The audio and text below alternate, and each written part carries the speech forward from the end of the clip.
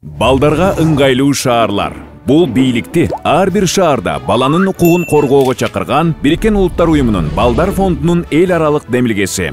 Бул тууралуу биринчи жолу 1996 жылы Стамбулда сөз болгон. Демилгени ЮНИСЕФ колдоого алып, 1998 жылы ишин баштаган. Азыр бул демилге дүйнө жүзү боюнча 3000ден ашуун шаарда жүзөгө ашырылууда.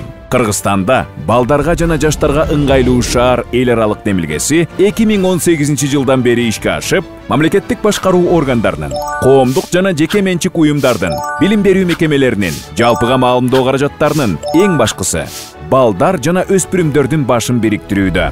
Демилгени ишке ашыруунун алкагында 18 шаардын ортосунда сынак жарыяланган. Алгачкы 3 орунду алгандарды каржылоого 6 миллион сом бөлүнгөн. Сынакка катышкан шаарлар төмөнкү критерийлер боюнча бааланган.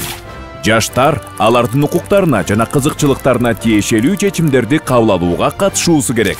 Эс алуу, маданият жана жаштардын өнүгүүсү үчүн шарттар түзүлүшү керек.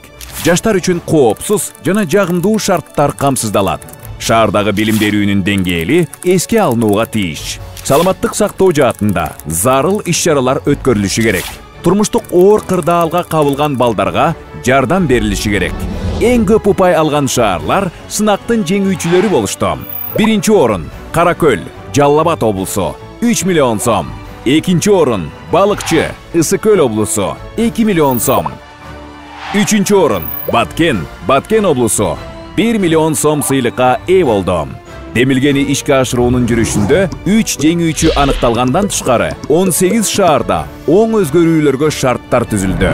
Жаштарды жана балдарды коомдук турмушка жана чечимдерди кабыл алуу процесстерине тартуу менен балдардын жана жаштардын укуктарын ишке ашырууда эбегейсиз чоң кадам жасалды. Балдарга жана жаштарга ыңгайлуу шаарлар.